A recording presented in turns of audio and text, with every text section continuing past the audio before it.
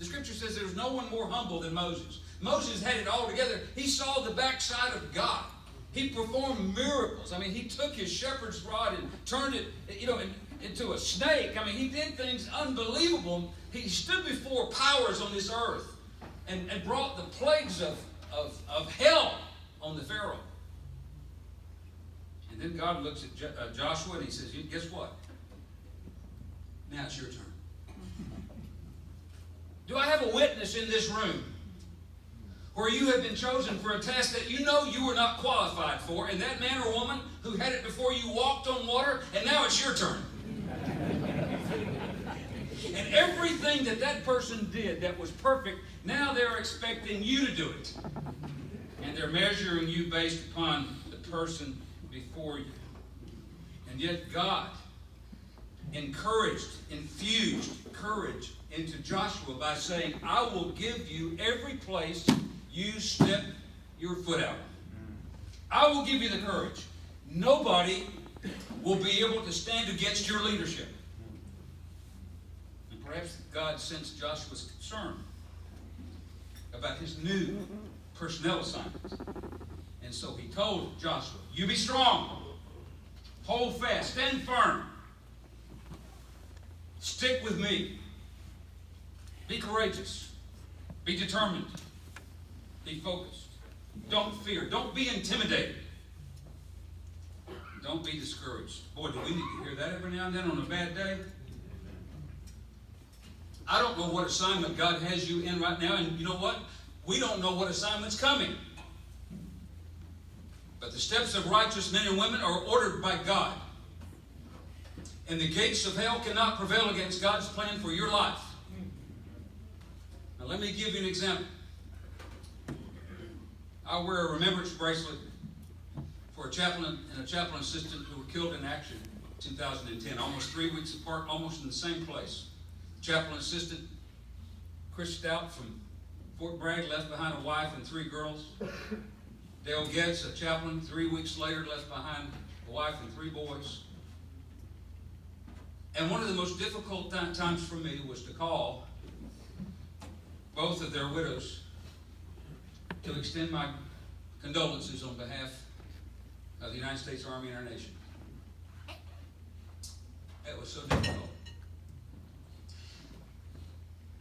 I still remember Christy Getz telling me the story of the new assignment that she had with Dale's death. She was stationed at Fort Carson, Colorado. She says, I still remember when that black sedan pulled up front, 2 guys in uniform, and she said, when I looked at it, I was thinking to myself that they've got the wrong house. But then they knocked on the door and gave her the message that her husband was dead. And she said, the first thing that happened to me, I fell down on my knees, and out of my mouth came some interesting words. The Lord giveth, the Lord takes away. Blessed be the name of the Lord. I don't know when Christy had learned that scripture, but God had planted that deep in her soul long before she was given an assignment as a widow. A courageous spirit when those assignments come our way. Tom, let me talk about Travis Mills. Some of you may know that name. 82nd Airborne Division. He was on his 3rd tour to Afghanistan, 25 years old. He took the 3rd tour because he said, I got to be there with my boys. I mean, a 25-year-old, I got to be there with my boys.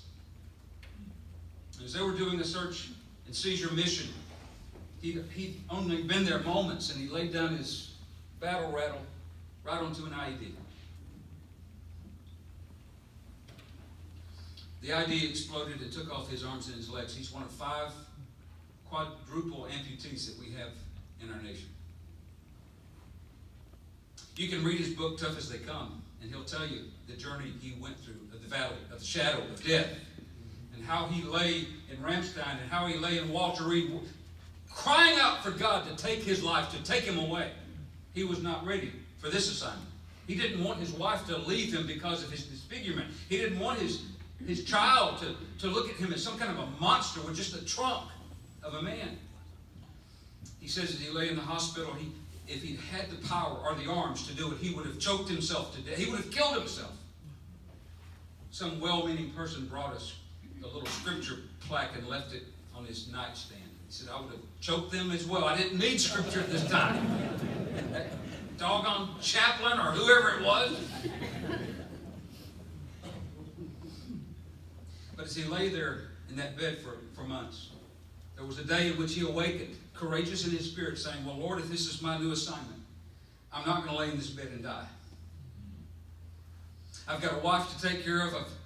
I've got a child to take care of, and I'm getting out of this bed. And he finally had himself the courage to look at the scripture that was left for him. And when he looked at the scripture, it was his life verse that he had learned as a young boy. And it was, have I not commanded you? Do you not know? Do not be frightened or terrified, for the Lord your God is with you wherever you go. And that verse, Joshua 1:9, got him off of the bed. It gave him courage to keep on going. My fellow soldiers, my fellow brothers and sisters, keep on going. God is not finished with you yet. Don't you quit. Stand firm and see God work in your life in the worst assignment that you think you could imagine. Because God makes all things good for those who know Him.